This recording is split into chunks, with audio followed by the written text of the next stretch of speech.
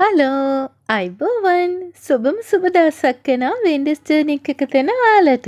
ඉතින් කිරි බාරවලට නැතුවම් බැරි කිරියා. හරි රසයි. ඒ වගේම ලේසියෙන්ම හදන්න පුළුවන්.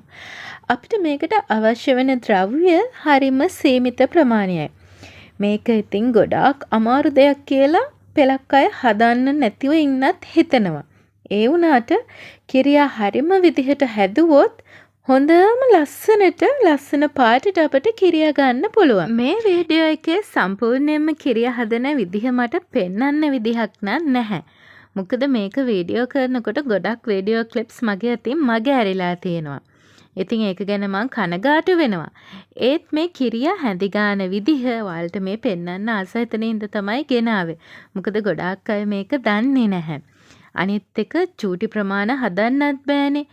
ආයෙත් ඉක්මනින් කිරිබාරයක් තියෙනවා. එතකොට මං හොඳටම පැහැදිලිව වීඩියෝ කරලා අනිවාර්යෙන් ගේන්නම්.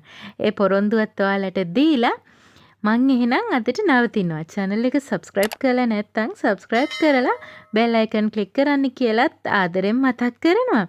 මේ වගේ වීඩියෝස් බලන්න දිගටම මගේ නාලිකාවත් එක්ක රැඳිලා ඉන්න. ඔයාලට ගොඩක් ස්තුතියි අවසාන වෙනකන් වීඩියෝ එක බලුවට.